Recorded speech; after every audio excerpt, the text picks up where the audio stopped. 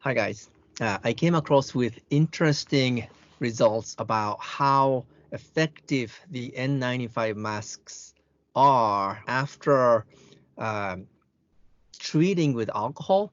So because now it's hard to get N95 masks. So there was a study that was done by one of the researchers in Japan, and I just wanted to tell you about that result because the person it's not published in any medical journal. I think their works is on the way, but I happen to be able to read Japanese, and also the author wanted to get the information out ASAP, so he put up the information on a journal called Nikkei Medical Journal. It's one of the major news media that also publishes medical journals, business journals, but it's not for scientists.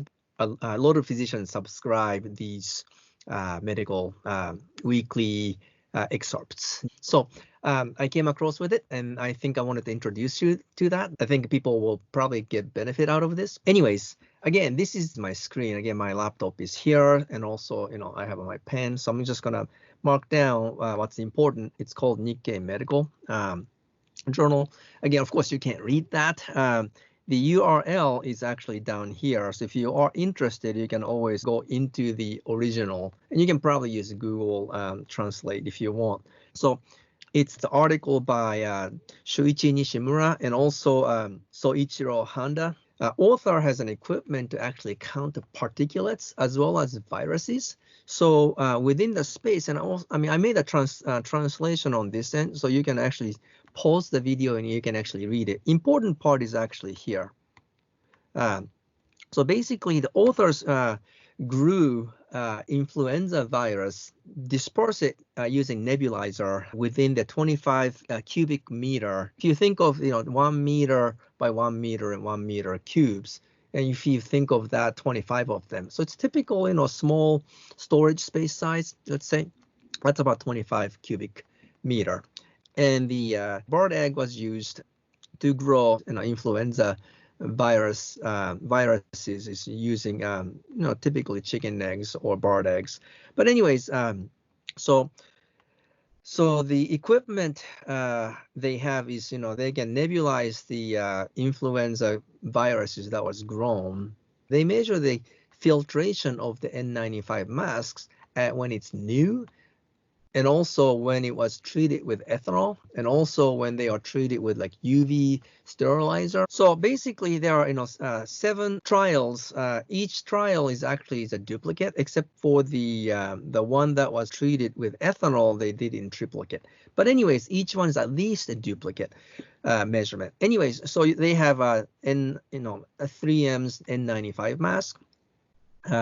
And then also they treat it with 75% ethanol. It's typical, disinfectant concentration of ethanol for, and then applied it, soak it, and then, soak it and dry it for 2 hours. They apply also UV light. We call that, N95 UV and N95 alcohol.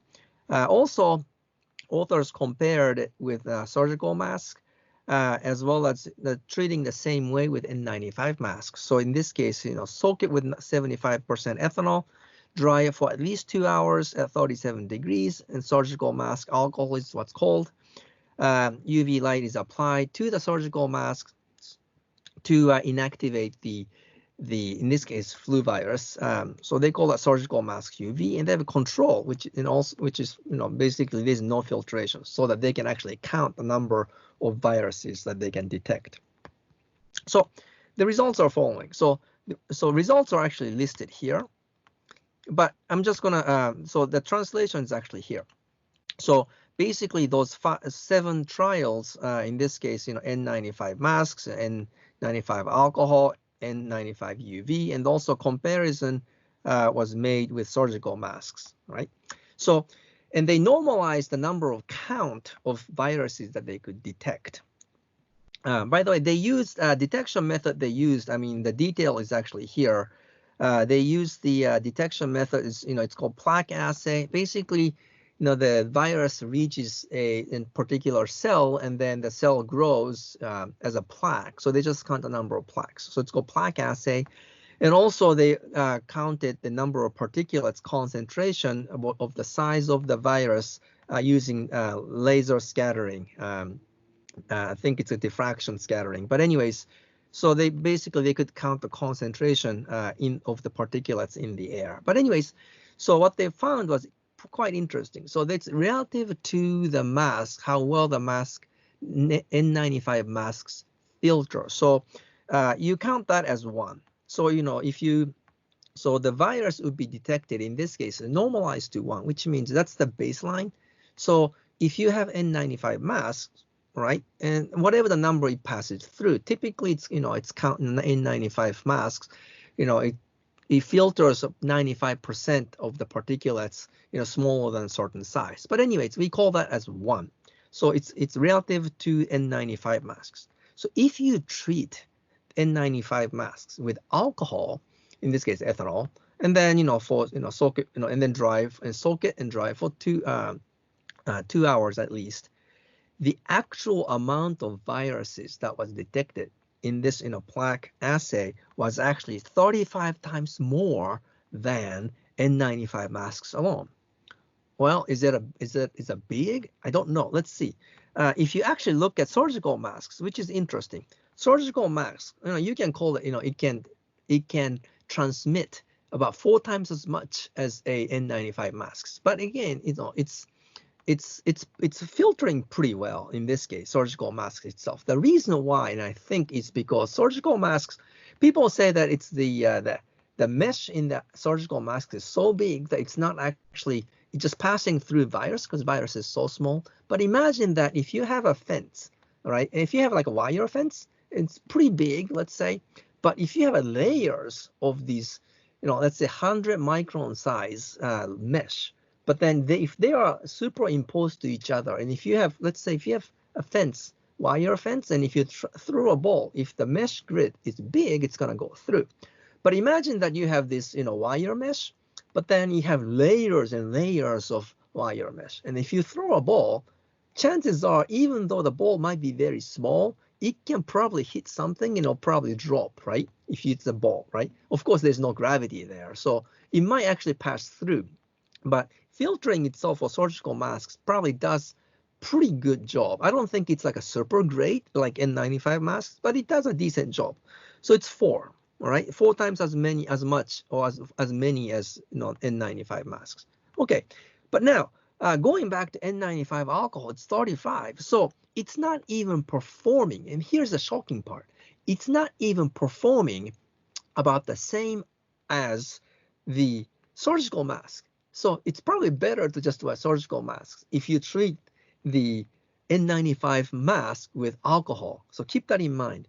Now, of course, surgical masks and alcohol is 12. So actually, surgical mask doesn't even change. Well, I mean, it becomes like about 3 times more through the virus, influenza virus, about 3 times as much as surgical mask, but it's still less than N95 masks that was treated with alcohol, which is very interesting. So anyways, surgical masks, if you treat it with UV, it doesn't change much. Again, they probably deteriorate because, again, these surgical masks are typically polypropylene or polyester, whatever the polymer, but UV definitely affects the polymer matrix. So they might probably deteriorate. So somewhat.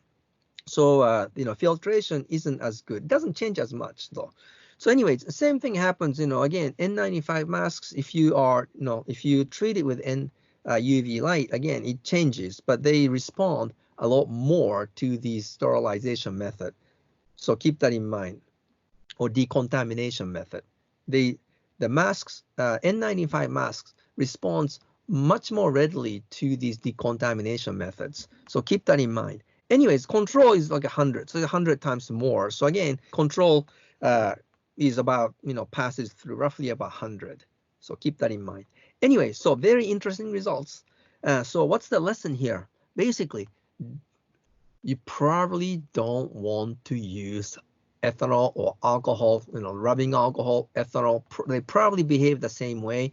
I think what's happening is the N95 masks are actually using the electrostatic interaction to capture these particulates, small particulates. So they stick to the actual surface. So if you treat it with some kind of solvent, those electrostatic functional groups on the polymer matrix may get deactivated. So basically, they just become a pretty dense filter. So keep that in mind. So again, electrostatic interaction is probably no longer there, and surgical masks probably don't change as much because they are not really counting on the electrostatic interaction. They might have some, but again, it's not really counting on the electrostatic interaction. So even if you soak it with alcohol, it probably doesn't change as much as N95 masks. So keep that in mind.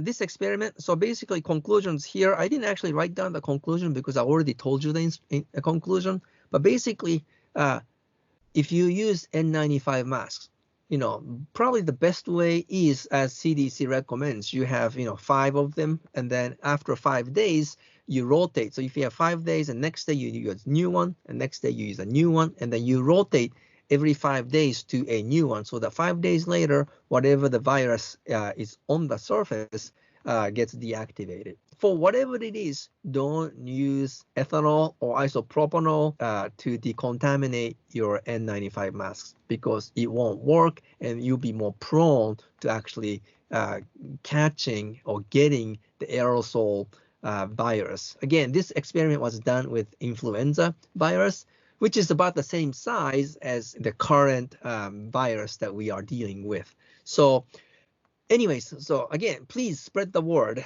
to people, especially in medical field, and give them the URL. Again, this one is not peer reviewed, but at least the authors wanted to show the results ASAP. So I wanted to do this because I think this was only done in Japanese. I wanted to bring that up to you guys. So anyways, please spread the word. You don't have to give my YouTube or anything. I mean, you could, but at least you have that. You can take a screen capture, send it in, or you can give the URL.